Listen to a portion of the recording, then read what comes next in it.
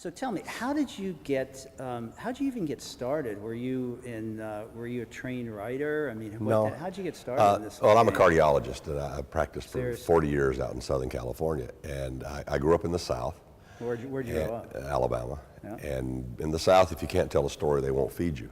You know, they'll just put you behind the bar and let you wither and die. Because So that helped being oh a yeah, everybody. Oh sure, because you're always selling stuff. You're selling yourself and making people believe what you say. That's part of medicine. But in the South, the storytelling is a tradition, and everybody I knew could tell a story or tell a joke, spin a yarn, whatever. And I always said that when I retired, I had some stories I wanted to write, and I would write. And Did you retire to Alabama? Are you? I'm in California. So you stayed there. You didn't go back. Oh yeah, I've been in California over 40 years, like I said, I always said when I retired, but then I realized I'm not ever going to retire. So about 20 years ago, I said, if not now, when? So I took some classes at University of California, Irvine, which is a great writing school. Joined a couple of groups and just started writing, and now 16 books later, it's here. So what have you, as you look back on the first book that you Yeah, did, yeah. you know, what was that like? Well, it was actually the greatest book ever written by a human.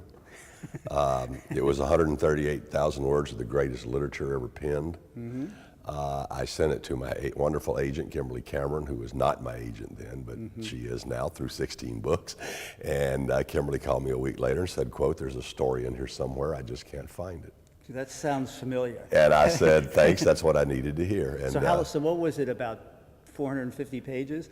it was, when you print it out, it was this high, yeah. So it was a lot, you, yeah. You were mentioning on the panel, I mean, very petite detail, lots of interest. It really intrigued you, but nobody else would get into that level Pretty of much, detail. that's it, exactly. So what was the final product? How many pages, Well, how many words was the final actually, then I sent her a couple of other books, and she said, "No, you're not ready yet." So we kept working together and doing stuff. And anyway, we published a few books, and then that first novel, 10 years later, I called her and I said, "Do you remember that first book?" She said, "Oh God, yes." I said, "Well, it's ready now." Because I'd learned so much more. You know, this is a learning process. It was down to 85,000 words. It went through 27 rewrites.